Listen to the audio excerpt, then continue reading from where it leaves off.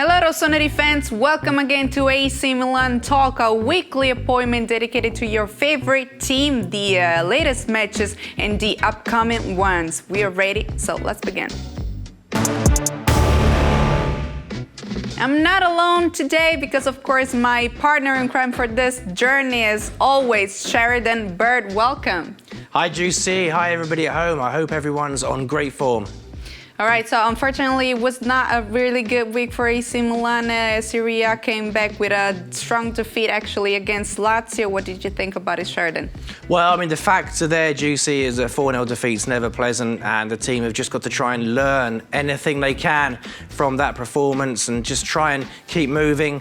It's impossible that you go through a season, Juicy, without some hiccups, without some obstacles, without some difficult moments. See the results right now of the last match day. Lazio 4-0 AC Milan, and of course the table, Napoli is escaping.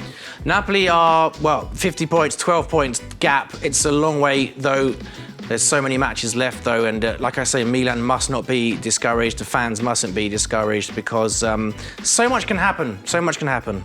Of course, and basically we have to say that this is the last game actually, but AC Milan hasn't won in 5 matches. We have to also consider the 2 draws, one against Lecce and the one against Roma. But see, here there was very little they could do actually. And see, the Lazio is well built, we have to say. Yeah, I mean, it's one of those matches that we've seen a couple recently where everything goes well for Milan's opposition and nothing goes right for Milan. Don't forget, Fikayo Tomori had to go off with a muscular issue in the first half, and it's just people might forget that last season, even in the Scudetto season, Milan had a couple of moments, a couple of weeks in which they struggled. Campaign, in which exactly, Juicy, in which they struggled. It's part of a normal season. There is no such thing as a perfect season unless you're playing on your PlayStation or Xbox. Of course. And these are just the things that happen in the course of a season.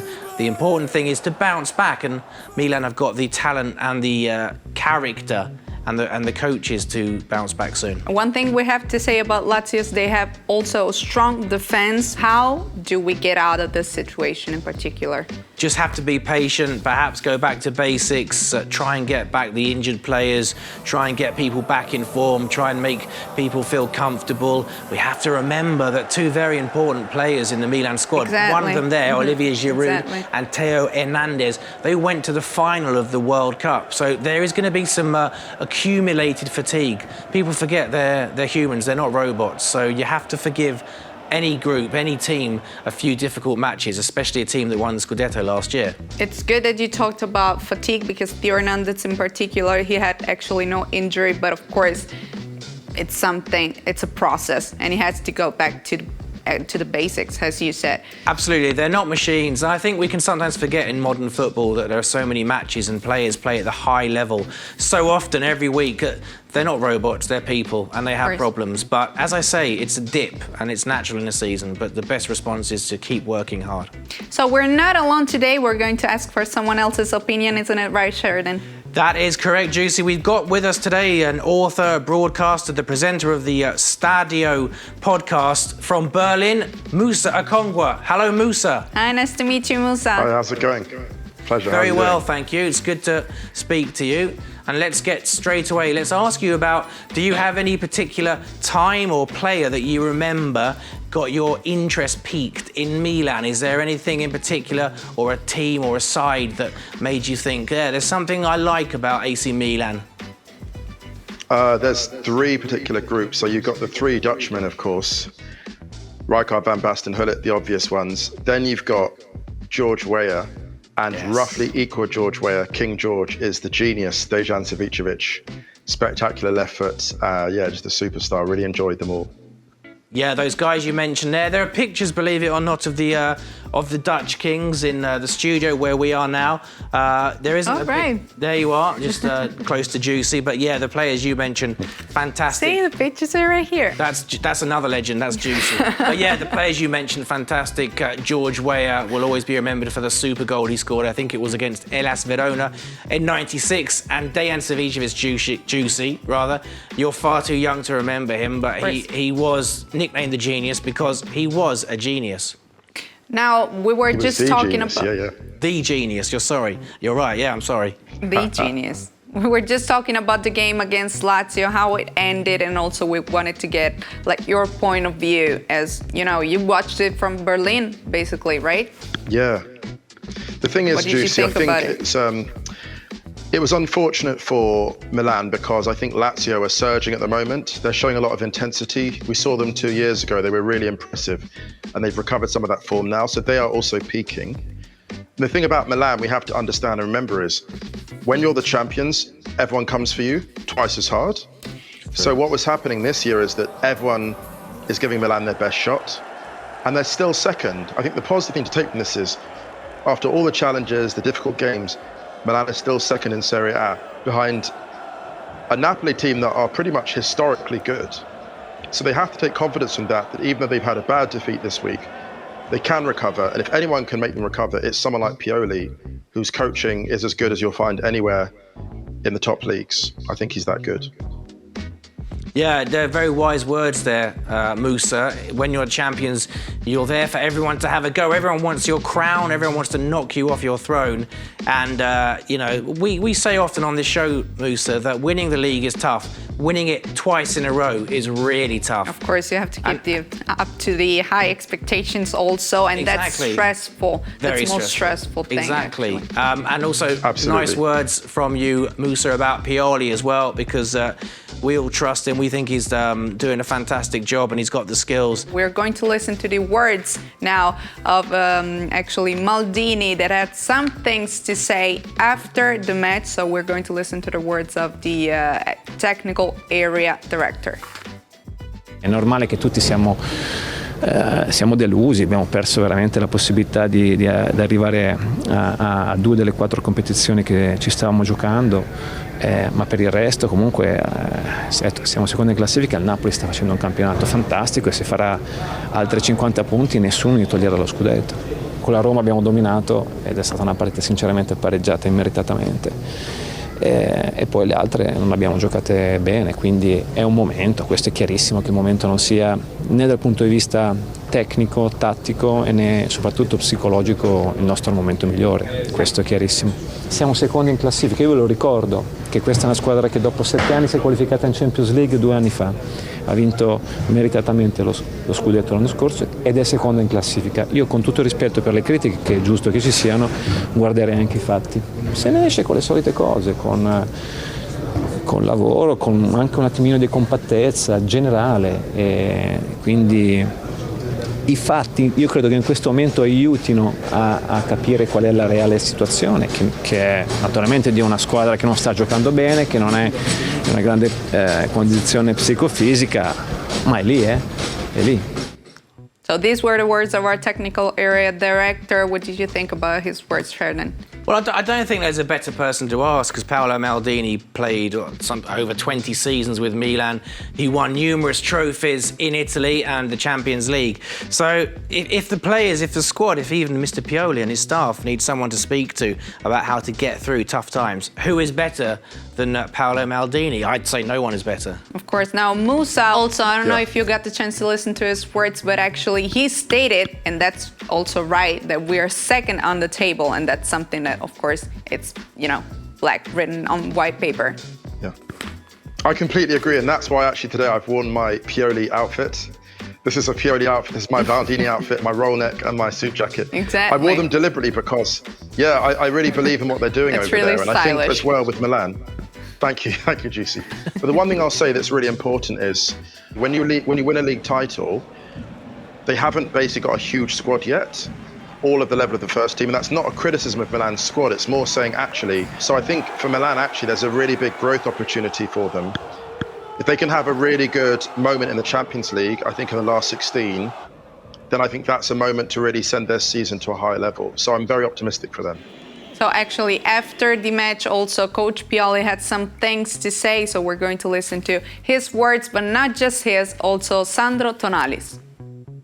Abbiamo fatto una partita non con la qualità necessaria, con scelte sbagliate soprattutto nella fase difensiva e quindi dobbiamo sicuramente fare di più e e riprendere a lavorare domani mattina con più attenzione e con più qualità. È chiaro che le ultime prestazioni negative, i risultati negativi ci hanno tolto qualcosa, ci hanno tolto serenità, ci hanno tolto un po' di quella leggerezza che col quale questo gruppo ha sempre affrontato sia il lavoro sia le partite, quindi adesso diventa una situazione completamente diversa che non conosciamo da tanto tempo, ma conosco solo un modo per cercare di migliorare la situazione: lavorare meglio, lavorare di più e continuare a avere fiducia in quello che facciamo. Bisogna ritrovare lo spirito che ci ha portato fino ad oggi. Il nostro spirito, sappiamo che l'anno scorso ci ha dato una grande mano per tutto il campionato, quindi bisogna ritrovare quella strada lì con il lavoro, con il sacrificio di tutti e andare tutti uniti verso un'unica strada. Ci dispiace tantissimo anche per loro che sono sempre con noi. È stata una partita però ora bisogna prendere il nostro gruppo e veramente con l'aiuto di tutti, anche dei tifosi che anche oggi sono stati fantastici, andare verso un unico obiettivo. Estonali also mentioned the support of the Rossoneri fans was going through all the game actually until the very last minute. Yeah, they didn't stop, and they've been it's so important for the team to know that the fans are with them even when things aren't going well, because it's easy to be a fan when the success is coming all of the time, but when you have a difficult few weeks like Milan are having, to have support like that. See, that was on the 4-0 actually. Exactly, 4-0 down, and yet the fans are still supporting like that. It was a similar thing, Juicy, when they went to London and struggled, let's be honest, against Chelsea. The fans were really, really positive and just kept going. And I think for the players, it does make a difference, Juicy. All right, now I want to go back to Musa because we have the chance to say thank you for being with us, and I hope to see you soon. Thank you for discussing some of AC Milan with us. Yes, thank you very much, Thank you so Musa. much and best of luck. Thank you very much. Thank you for your very smart outfit as well today. Very much. My pleasure. Very stylish, Musa. Thank you for being with us. Now we have to switch to another topic because, of course, next match will be the one against Sassuolo. And what do you think about it, Sheridan?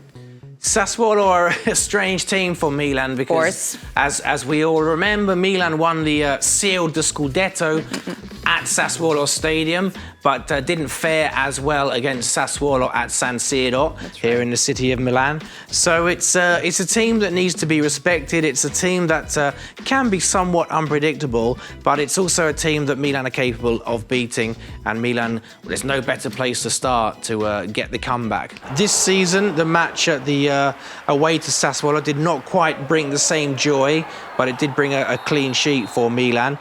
Facing them at San Siro will be a great chance just to reignite the season, just to get going again. Amazing save from Magic Mike there, by the way.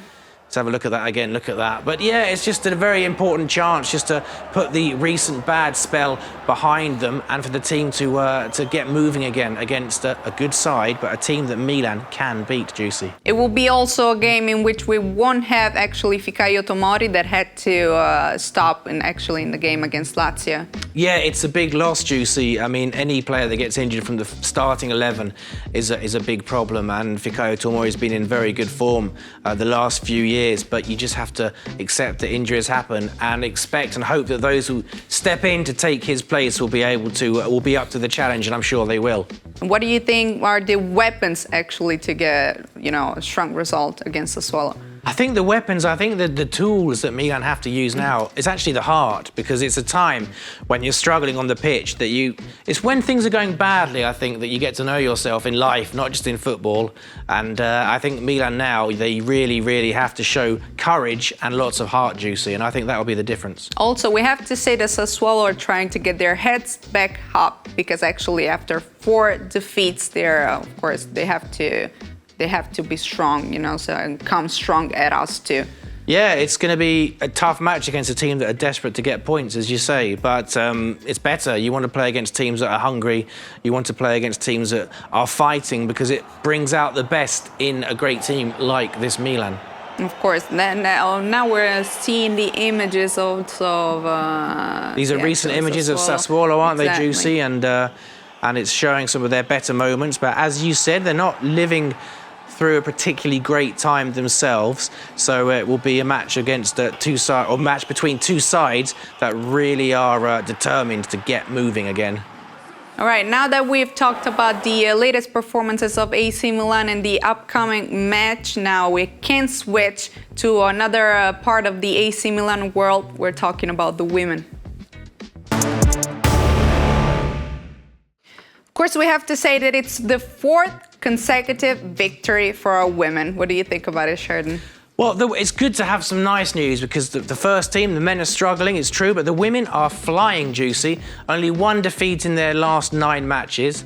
4 consecutive clean sheets. That is after Sassuolo, Lazio, Parma, also Sampdoria. They don't stop.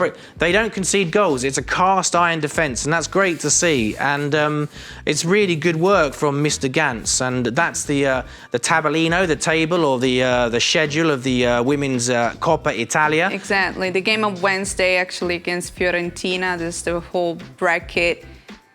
I mean, there's a long way to go, but... It's a great start. You're right. Start. The second leg to come, but, you know, to actually get a victory away from home in the first leg of the quarter-final. This is the goal. Martina Piemonte with a striker's header. The free kick was from Gudniarna Dottir, which was a really good free kick. And this finish, this glancing header, look at this.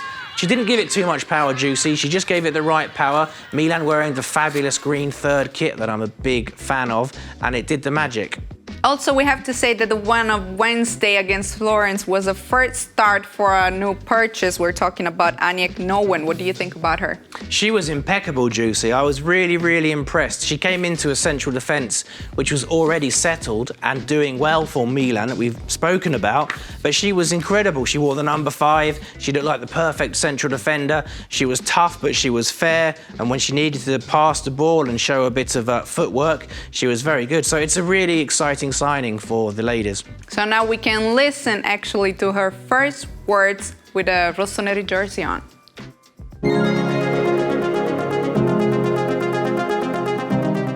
I'm feeling really excited. It's gonna be like a new journey, and I feel really good about it. Yeah, what I said, really excited. Yeah, of course, it's a big club, so it's like, wow.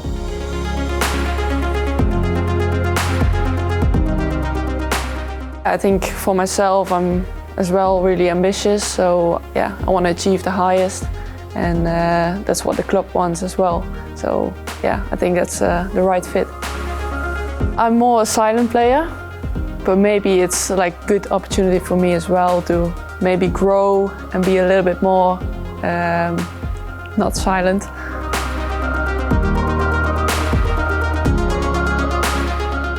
Work it day by day, don't look too far ahead. In that, do your best.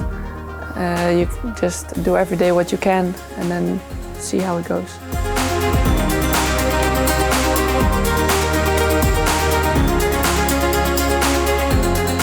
When I was younger, I had like an idol. You probably don't know him. Jan Vennegoor of Hesselink. Yeah, it's a long name, the hard one, but he played for PSV. He was a striker. He was kind of my idol at that moment. When I was younger, he was my idol. I can't really explain maybe why, because he was a striker, I'm a defender, but it just was. Hi fans, I'm really excited to be here. Hope to see you soon, and Forza Milan! 23-year-old defender coming from Chelsea on loan. Her first game was actually against Sampdoria that ended in a 3-0. What do you think about the game? It was a good result for the ladies because Sampdoria are another team that are struggling, but they weren't making it easy for Milan, and they were fairly compact, and the goals sort of, it took a while for Milan to stamp their authority on this game, but it was just another victory, which is always great, but another clean sheet. See, these are the results actually of the match day, the one against Sampdoria, and this is, of course, the table. We're sitting right now in the 5th place. There's a long way to go, though. There's a long way to go, but the fact that Milan have started 2023 in such great form is a really good sign. And the defence, as I say, the defence really is a strong point. These are the goals. I think that was Gosha with the first-time half volley. She doesn't score too many, being a central defender, but that was a really good goal to get things going. It bounces in front of her. Didn't have long to react, but she went for it, and it was impossible to save. And that's a pretty clear penalty, I think you'd say. And I remember watching this penalty. Not only was the penalty good, but watch the celebration by Aslani. Look at that. It's like she says, whatever, this is what I do. Deal with it, Sampdoria. So it was a really good, that was a cool celebration, I thought, and an excellent penalty. And the third goal was Lindsay Thomas playing it to Marta Mascarello, who played in a very clever pass. And this is captain Valentina Berga to us, scoring the third goal, and she's been amazing all season. It was pretty close to a perfect afternoon. You said she's Berga to you?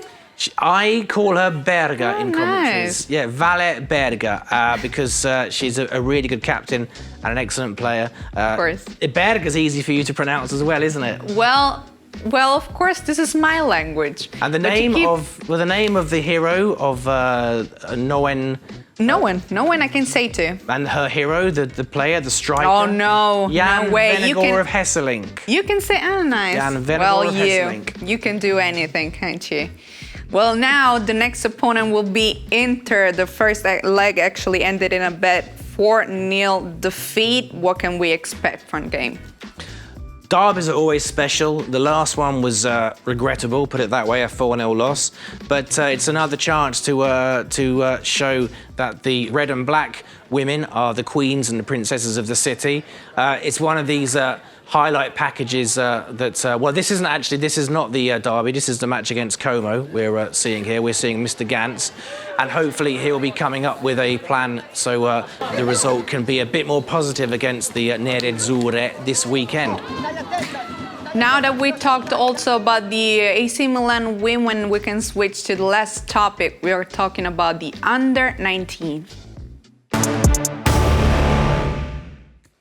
So at the Puma House of Football, actually, Abates Rossoneri made the match, we have to say, but went down on the 73rd minute, actually, due to Calabrese's goal.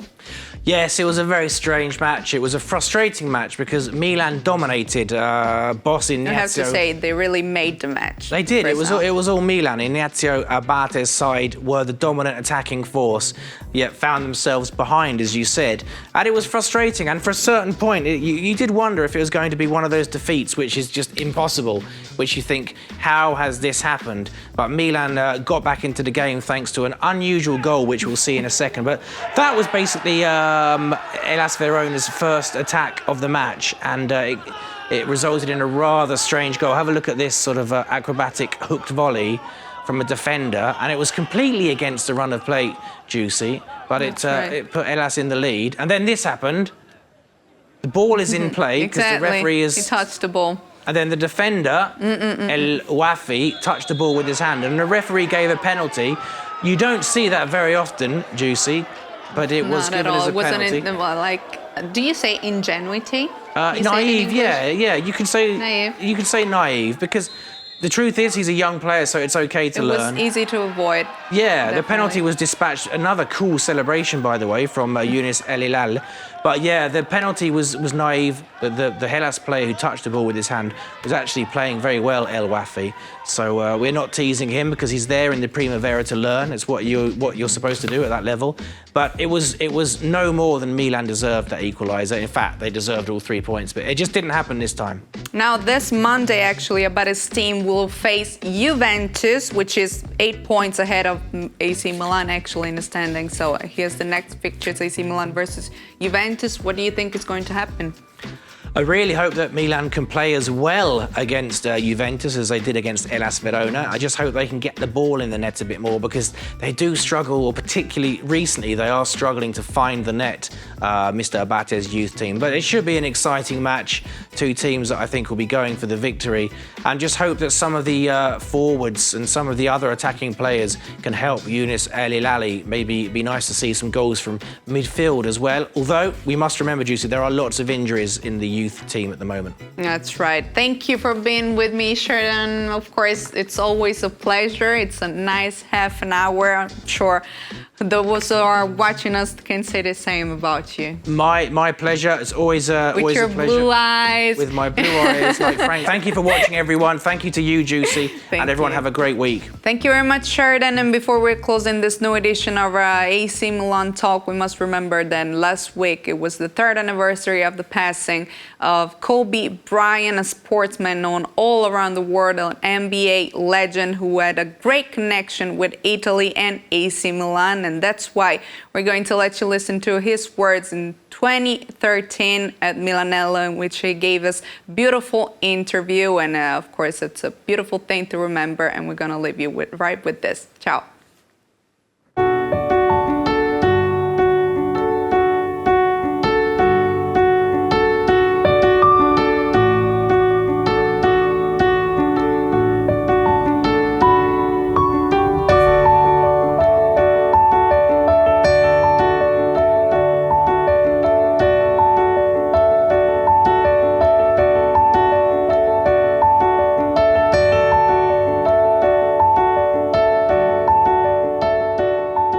Che emozione essere qui a Milanello? È bellissima, è sempre stato un sogno per me venire qua.